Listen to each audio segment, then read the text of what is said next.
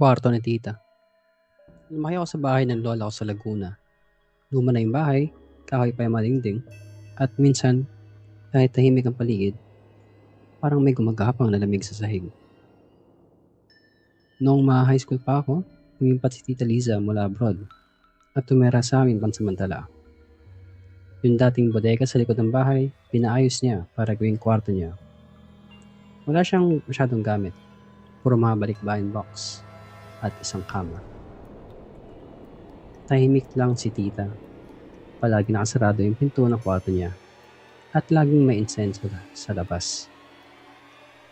Akala ko noon dahil yon sa pagiging spiritual niya. Mahilig kasi siya sa meditation at mga crystal na ganyan. Pero habang tumatagal, may mga bagay ako napapansin na hindi ko alam kung ako lang ba nakakapansin. Una ko napansin to, mga ilang linggo pa lang siya sa bahay. Tuwing madaling araw, bandang 2 a.m., may marinig kang mahihiyang yapag mula sa likod ng bahay. Hindi lahat ng tao, more like dragging. Tapos, bigla kang makakarinig ng tunog ng kutsilyo na kinukuskus sa sahig. Pero pag tumayo ka at sumilip sa labas, wala. Tahimik. May isang gabi, habang papunta ako sa kusina para uminom ng tubig, napalingon ako sa hallway. Nakabukas ng kaunti ang pinto ni tita.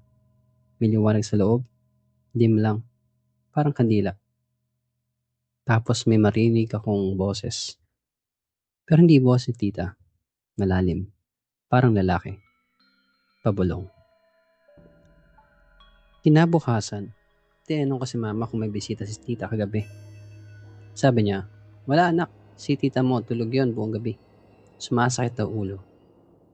Sinabi ko yung narinig ko, pero tiningnan lang ako ni mama. Tapos sabi, baka guni-guni ko lang. Lumipas ang mga linggo, lalong lumalakas yung presensya sa bahay. Minsan may mamaamoy kang sunog na buhok. Minsan may bubulong sa'yo habang naligo ka sa CR. Pero ang pinaka nakakakilabot, isang gabi, nakauwi ako galing school. Wala akong nadatnan sa bahay.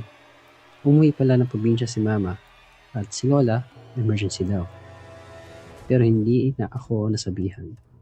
Ako lang mag-isa. Tapos, umulan pa ng malakas. Bandang 9:00 ng gabi, biglang may kumakalabog mula sa kwarto ni tita. Malakas. Parang may nahulog na malaking gamit. Napasigaw ako. Tita, okay ka lang? Walang sumagot. Lumapit ako. Kumatok. Tita, andyan ka ba? Tahimik. Pinilit kong buksan yung pinto. Unlocked siya. Pagbukas ko, wala si tita. Walang kama. Wala ring gamit. Puro alikabok. Sobrang dilim sa loob. Kahit may ilaw sa hallway. Ang weird. Parang hindi siya tumira doon kahit isang araw. Kinabukasan, tinawagan ko si mama. Ma, asan si tita? Tahimik siya saglit. Tapos ang sabi niya, anak, wala na si tita mo. 3 taon na. Na-aksidente siya sa abroad. Akala ko sinabi ko na sa'yo noon. Tumayo lang ako sa sala. Nanginginig. Hindi ako makapagsalita. Kung patay na si tita, sino yung kasama namin sa bahay? At yung kwarto niya? Alam mo kung anong sabi ni Lola nung umuwi sila? Anak, yung kwarto na yan, bodega pa rin yan. Hindi yan pinapaayos. Wala ngang pinto yan mula nung nahulog yung pako dati. Bakit mo natanong?